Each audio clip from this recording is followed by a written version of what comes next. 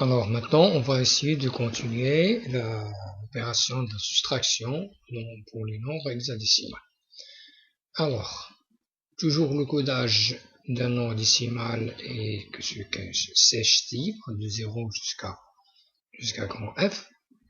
Alors aussi, l'opération de la soustraction, on peut le regrouper en deux parties. Il y a la partie là où le nombre 1 est inférieur au nombre 2, et aussi dans le nombre 1 est supérieur au nombre 2, pardon, et dans le deuxième, si vous voulez, cas, là où le nombre 1 est inférieur au nombre 2, au deuxième nombre.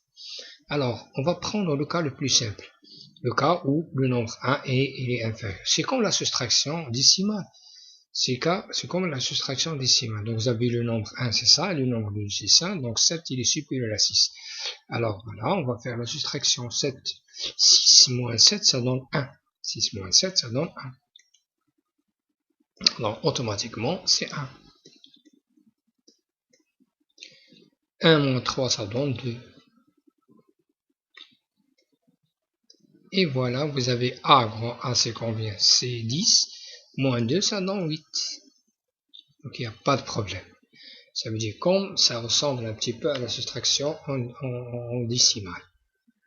Mais dans le cas où le nombre 1 il est inférieur, par exemple, ici vous avez le nombre 1 c'est 0 et le nombre 2 c'est F, grand F ça veut dire grand F, ça veut dire 15. Alors maintenant qu'est-ce qu'on va faire? Alors c'est comme l'addition, la soustraction décimale. Lorsque le nombre est inférieur, j'ajoute un 10. Par exemple, j'ai 0 moins 16, j'ajoute un 10 ici. Par exemple, lorsque j'ai par exemple en décimale, j'ai 7 ici, j'ai 9 ici. Comment je dois faire pour effectuer la soustraction?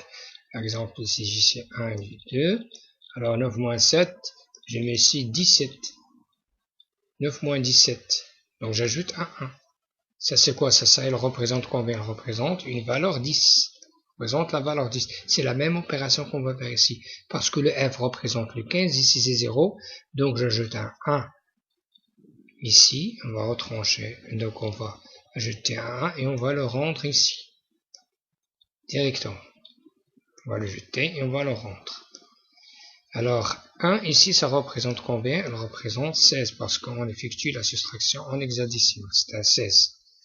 Attention ici, c'est un 16. Alors, ça donne 16 ici. Alors, 16 moins F moins 15, ça donne 1. Ici, c'est grand C. Plus 1, ça veut dire 13. 13 moins quoi? Alors, je retiens 1 et je le rendre ici. En même temps.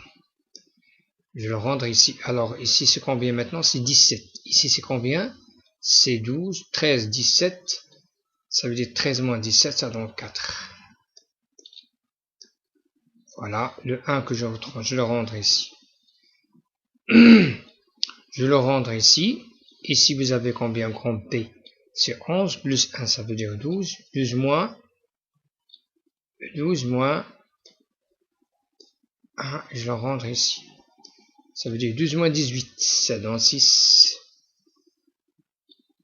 Ça donne 6. Et ici, vous avez 1, 2.